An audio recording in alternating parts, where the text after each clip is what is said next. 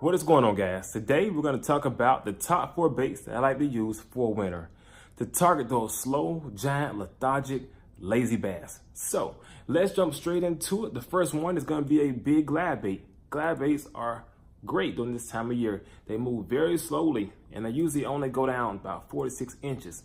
And to me, if a fish is going to come up and bite your lure, it's going to have to be worth its while. It's going to have to be a big size meal. And this is the S-Waver 200. It's a good size bait and it has a ton of draw power. Now guys, I'm gonna be honest, I don't have trout in my water systems, but this bait still gets bit.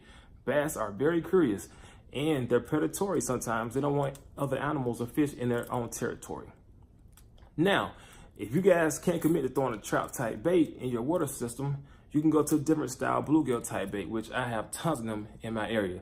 Now, 2 good ones are Sly Guys swim bait, and also you have the donut swim bait. So those are 2 guys I would recommend if you're looking for a bluegill style swim bait. Now, let's jump straight into the next bait.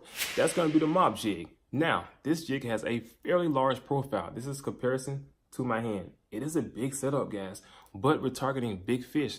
Remember, these fish are going to be slow and lethargic, not going to want to move much. So when you drag this big jig in front of his face, it sees that as a good sized meal. So they're lazy and they just want a big meal, just like us.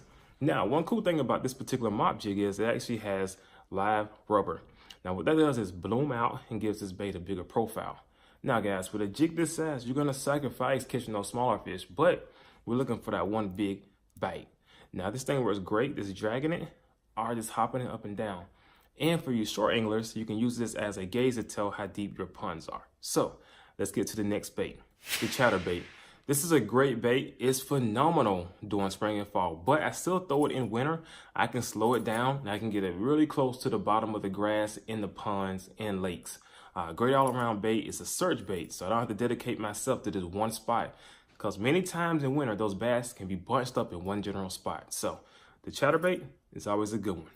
All right, guys, number 4, the final bait, and that's going to be lipless crankbait. They get bit all year round. They come in many different sizes for your application. You have a 1/2 ounce compared to a 1 ounce, which is a humongous lipless crankbait.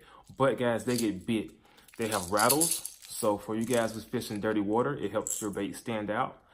Some of them are more flashy, so when they go back and forth, they actually can be seen by bass. So keep these in your tackle box, guys. They get big, and you can never go wrong throwing a lipless crankbait. They work great as search baits. You can cover a lot of ground, and sometimes with those bass, like I say in winter, they're stacked up in the same area of a body of water. So hopefully these baits help you out. You guys have a great holiday, and stay on those big fish, and we'll see you soon. And be sure to subscribe. Take care, guys.